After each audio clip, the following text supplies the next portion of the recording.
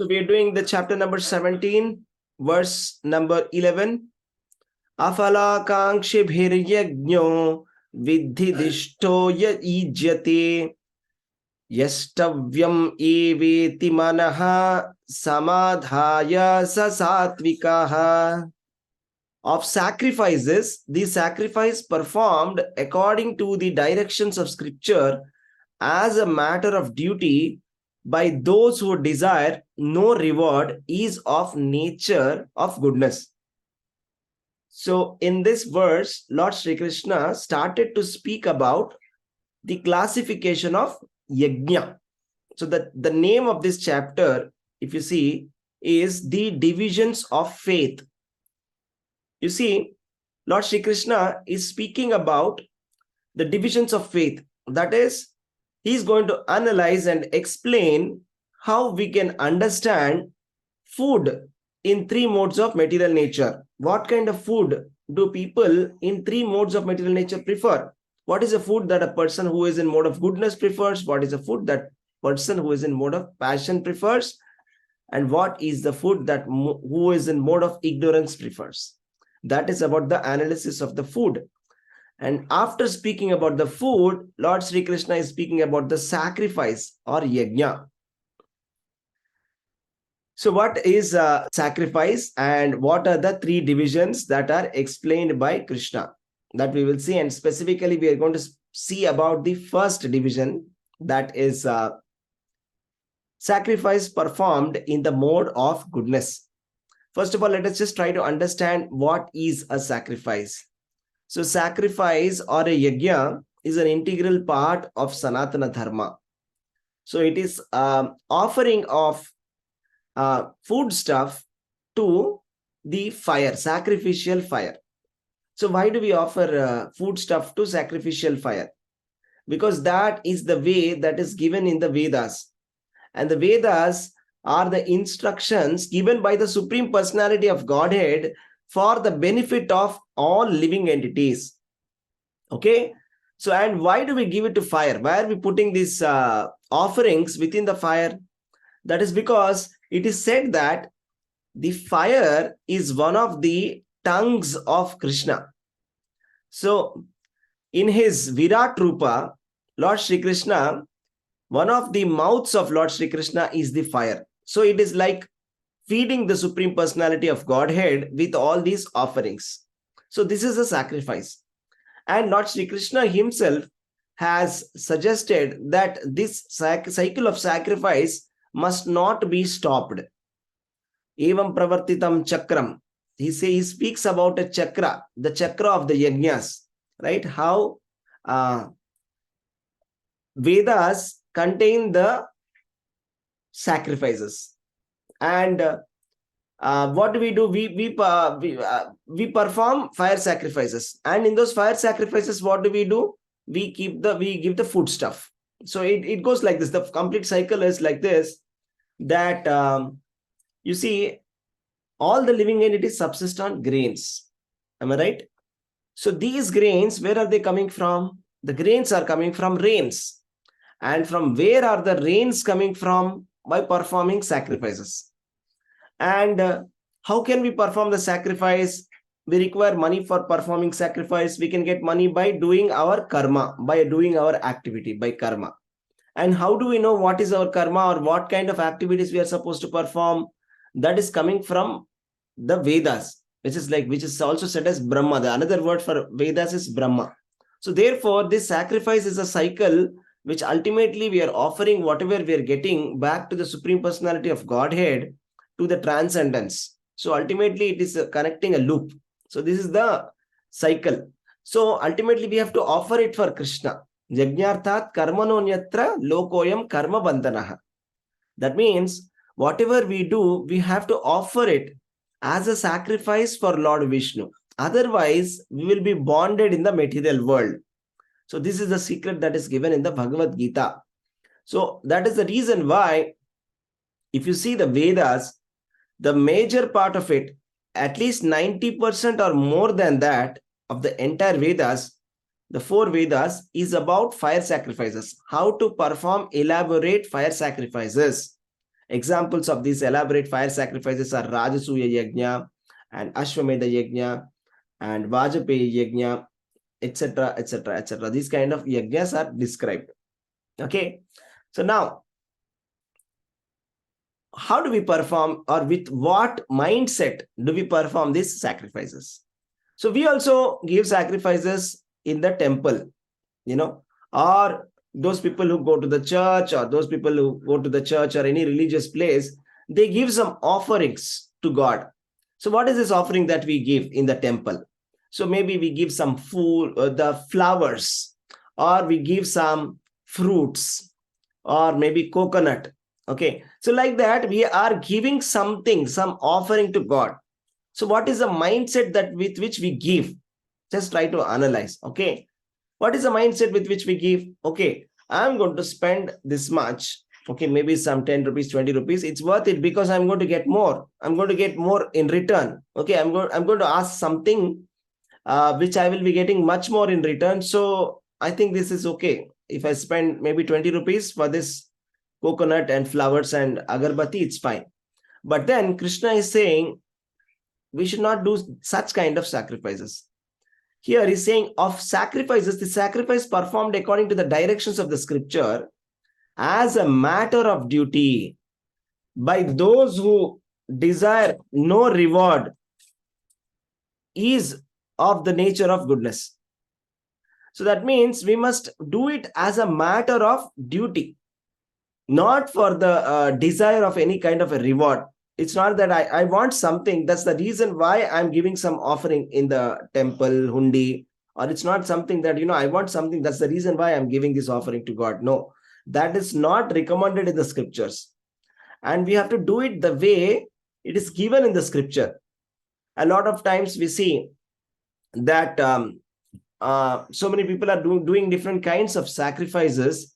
For example, they sacrifice animals. And there are some cannibals also who sacrifice human beings in front of Bhairava or Bhadrakali, like that. They do some kind of sacrifices.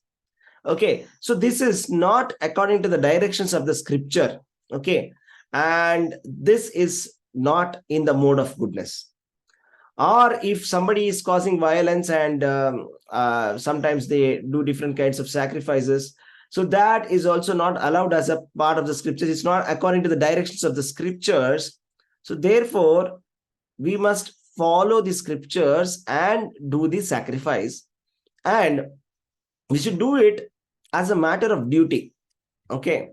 And without any desire for reward, without any desire for reward, that I'm expecting something. That's the reason why I'm doing this. You see, a lot of religious functions are also coming under the same category of the sacrifice.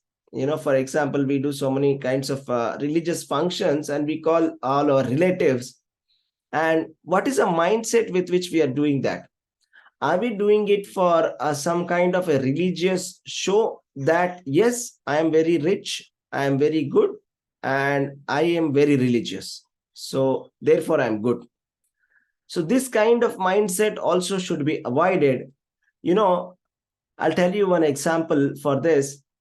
Once Lord Sri Krishna was invited by Duryodhana for a royal feast. So when Lord Sri Krishna had come to Hastinapura for the sake of peace negotiation, at that time Duryodhana thought, I will make Lord Sri Krishna biased towards me by trying to flatter him artificially. So he calls him for a royal feast and he says, I have arranged a very wonderful royal feast for you. So please come to my home. So then Lord Sri Krishna denies to go to his house. He says, I am neither hungry nor I am not interested in your invitation because you have not genuinely called me with love. So that's why I'm not going to come to you. But then, uninvited, he goes to the house of Vidura. So Vidura, Vidurani, who is the wife of Vidura, is taken aback and is completely surprised that Lord Sri Krishna is at their door. And she welcomes him inside and she doesn't know what to offer now. She's not even prepared for this hosting Lord Sri Krishna. But Lord Sri Krishna is here. So what she does, she brings some bananas, and she personally peels those bananas. But in that shock of seeing Krishna, instead of giving the fruit, she gives the banana peels to Krishna. Okay. And Lord Sri Krishna, without complaining, he starts to eat the banana peels without any complaint. And she throws away the fruit. And later she realizes that, oh, what did I do? I'm just giving the banana peels. I didn't give the bananas. You see, but Lord Sri Krishna has accepted. So this should be the mood when we are doing the sacrifice, that we are doing it as a matter of duty. So the sacrifices are meant for our purification. So these sacrifices, which are performed at various junctions of our life, for example, at the time of marriage, there is a sacrifice that's performed called Vivaha Yajna. Vivaha or marriage itself is a sacrifice. Okay. So that is meant for our purification. Similarly, any kind of sacrifice is meant for our purification. So these sacrifices must be performed for our purification. I'll tell you one more story. Okay. So after the war of Kurukshetra has ended, you see, a major part of the entire army of the Pandavas and Kauravas got wiped off because of the war. And Yudhishthir Maharaj, who was very religious person, he was very much lamenting. He was lamenting too much, and he was saying that I have killed so many people in the war, so many husbands, so many fathers, so many sons, and I'm going to take the curse of all those ladies. And he feels very, very bad about it. At that time, Lord Shri Krishna says, okay, you perform 3 Ashwamedha Yajnas. Okay, you perform 3 Ashwamedha Yajnas. Like that, you perform some Ashwamedha Yajnas, and he says you perform some fire sacrifices. So you perform fire sacrifices, and it is said that the kings, after the war, they perform fire sacrifice for the sake of purifying themselves, because they have got a lot of sin. Because the duty of king itself involves a lot of sin.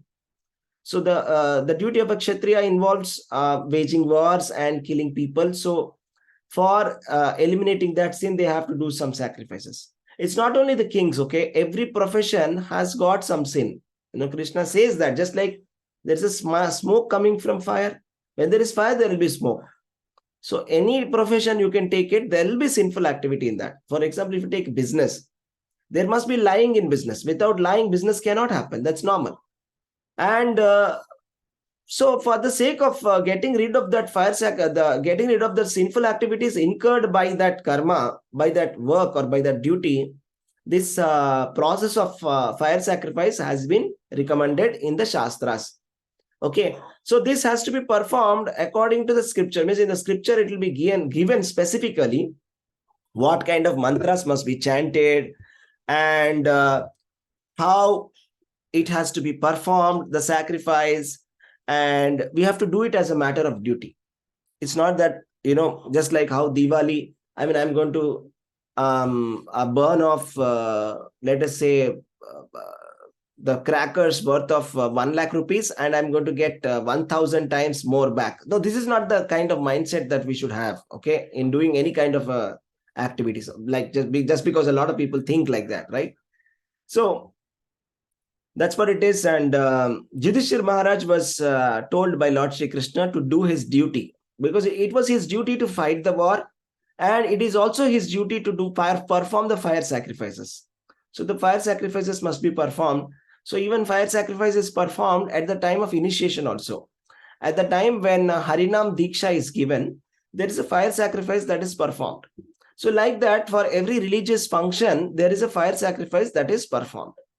So, so a major part of our religion is fire sacrifices, yajna. But just think about it.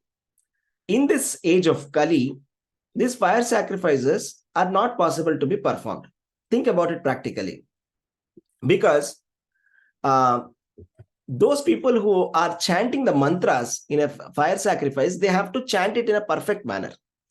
There should not be even one mistake also. Even a mistake of 1 syllable will nullify the entire fire sacrifice, will go for a toss, completely wasted. So that's what happens.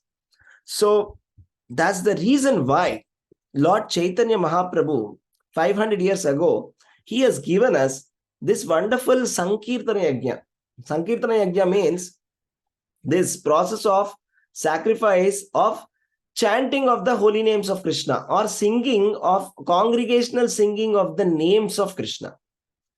You know what Krishna says about yajnas? What is the best yajna in the Bhagavad Gita? Can anybody say what did Krishna say? What he is amongst the yajnas? Among all the sacrifices, I am dash. What is it that Krishna said? Can anybody say? Fire? Yeah, he says, of course, he says that I am the fire, I am the offering, I am the mantra, I am the offerer. He says that, but I'm not talking about that. I'm talking of all sacrifices, I am dash sacrifice. So what is the best sacrifice that Krishna said he is in the Bhagavad Gita? That's my question. It goes like yajnanam dash yajñosmi. What is that dash? Blank, fill in the blanks. Means among all the fire sacrifices, I am something. What is that? Japa yajna. Yes. Japa yajna. Perfect. That's right. Krishna said, Yajnanam japa yajñosmi. Of all sacrifices, I am the chanting of the holy names. So did you get that? That is, you can see the chapter number 10, verse number 25. Yajnanam japa yajñosmi. So Krishna said himself in Bhagavad Gita that of all fire sacrifices, I am the chanting of the holy names of his name. That is Krishna's names. So that is the most effective technique for Kali Yuga, for delivering us. So that's the reason why we must chant Hare Krishna Maha Mantra as a matter of duty. So it is our duty to chant. So if you are not chanting, it's as good as we are not performing the fire sacrifices. If you are not performing the fire sacrifices, then naturally our sinful reactions will not be counteracted, and we will continue to remain sinful, and we will not be able to become delivered in this lifetime. So this is the wonderful process that Chaitanya Mahaprabhu has given, a practical way for people of Kali Yuga, a simple, easy, practical solution for all of us, chanting of the holy names of Lord Shri Krishna. Hare Krishna, Krishna Krishna, Hare Hare, Hare Rama, Rama Rama, Hare Hare. Okay, so that's what we discussed today. Sacrifice in the mode of goodness. If you have any questions, you can ask. We'll take up one question and then we will continue. Hare Krishna.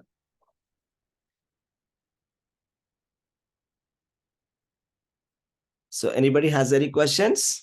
Hare Krishna, Prabhuji. Hare Krishna, Mataji. I have a very strange question. I've seen a reel where people are saying you have to say Hare Krishna. Hare Krishna, Krishna Krishna. You don't say Krishna. Krishna is Draupadi.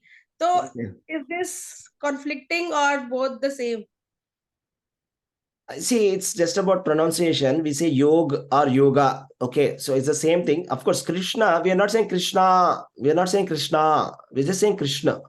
We're saying Krishna only. Hare Krishna. We are not saying Krishna. We're saying Hare Krishna, Krishna Krishna, Hare Hare, Hare Ram, Ram Ram, Hare Hare. We are not saying Hare Krishna, right? Okay. So we are not saying that. That's okay. So we're just saying Hare Krishna, Krishna Both are okay, Hare Hare. Yeah, both are okay. Both are okay. We're saying Hare Ram, Ram Ram, Hare Hare. And see, I mean, I just see this, like, for example, like Amoglila Prabhu says that. So there are some people who are from Chinese people who are chanting Hare Krishna, Krishna Krishna. They'll chant Krishna Krishna. So even if they chant Krishna Krishna, also Krishna understands that it is Krishna, right? So it's just like that. Okay, right. So no problem about it. Hare Krishna. Yeah, there's also a verse in Shastras which says, there was somebody who was chanting Haraya Namaha. Okay. Actually, Sanskrit grammar says it should be Haraye Namaha. But there is somebody who is saying Haraya Namaha. Haraya is wrong. Okay, it's not correct. It's not correct Sanskrit grammar. Haraya Namaha. But it seems that Krishna accepts that prayer. Bhavagrahi Janardana. Krishna takes that prayers. Okay. Hare Krishna. Thank you very much. Thank you, Prabhuji. Yeah. Bhavagrahi Janardana. Yes, Krishna sees only the Bhava. He will take whatever is needed from that. Okay. All right. Thank you. So now we are going to talk about something very interesting.